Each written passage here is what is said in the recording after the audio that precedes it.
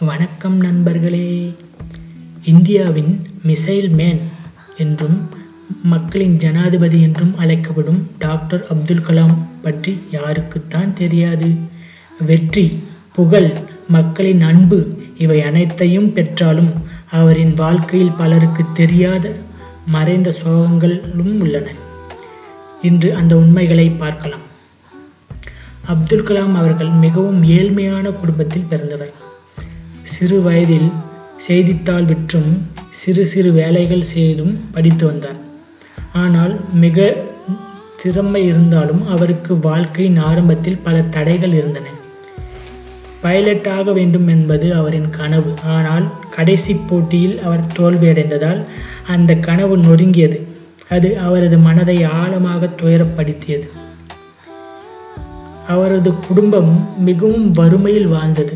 பல நேரங்களில் கல்விக்கான கட்டணத்தை கூட செலுத்த முடியாமல் கஷ்டப்பட்டார். கல்லூரி நாட்களில் உணவுக்கே கூட பணமில்லாமல் தன்னுடைய நண்பர்களின் உதவியால் வாழ்ந்த நாட்களும் இருந்தன. இந்த சிரமங்கள் யாரிடமும் அவர் பகிரவில்லை.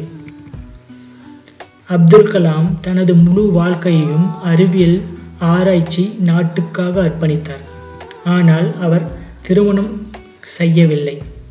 தனிமையை தாங்கிக் கொண்டு தனது நேரத்தையும் அன்பையும் நாட்டின் முன்னேற்றத்திற்காக செலவழித்தார்.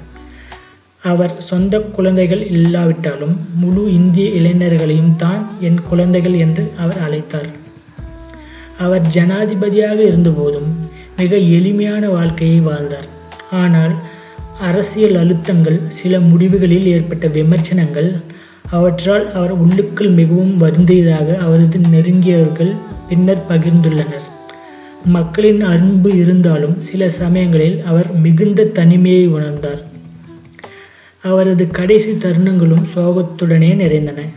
2015ஆம் ஆண்டில் IIM ஷில்லாங்கில் சொற்பொழிவு நிகழ்ச்சியில் இளைஞர்களுக்கு உரையாற்றி கொண்டிருக்கும் போது திடீரென அவர் கீழே விழுந்துவிட்டார். வாழ்நாளின் கடைசி மூச்சு வரை இளைஞருக்காகவே உழைத்து வந்தவர் அவர்.